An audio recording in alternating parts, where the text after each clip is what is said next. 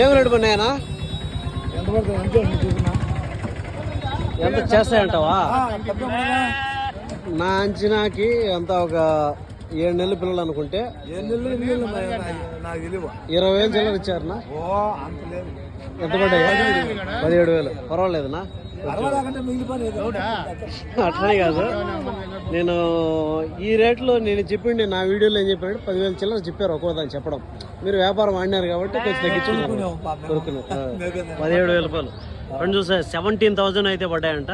జత మీద రెండు కూడా 17,000 రూపాయలు పడ్డాయంట. అప్పుడు 8,500 రూపాయలు అయితే ఒక పిల్ల పడింది. 8,000 నువ్వేనా తీసిందే? ఎట్లా మార్కెట్? మార్కెట్ ఇప్పుడు జోరుగా ఉంది. నువ్వు వాటంగా పట్టినవే? వాటంగా ఎట్లా పట్టిన తక్కువ మాకు ఎక్కువ అనిపిస్తుంది. మేము మామూలుగా వ్యాపారం చేస్తాం. నీకు ఎక్కువ అనిపిస్తుందా?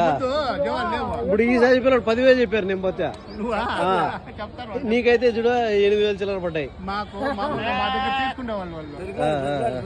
నువ్వు వ్యాపారం కాబట్టి నీకు రకంగా పడ్డాయి. అదే ఇప్పుడు మాటల వాళ్ళు వచ్చినారంటే రేట్లు ఎక్కువ కుమ్మేస్తారు అన్నమాట.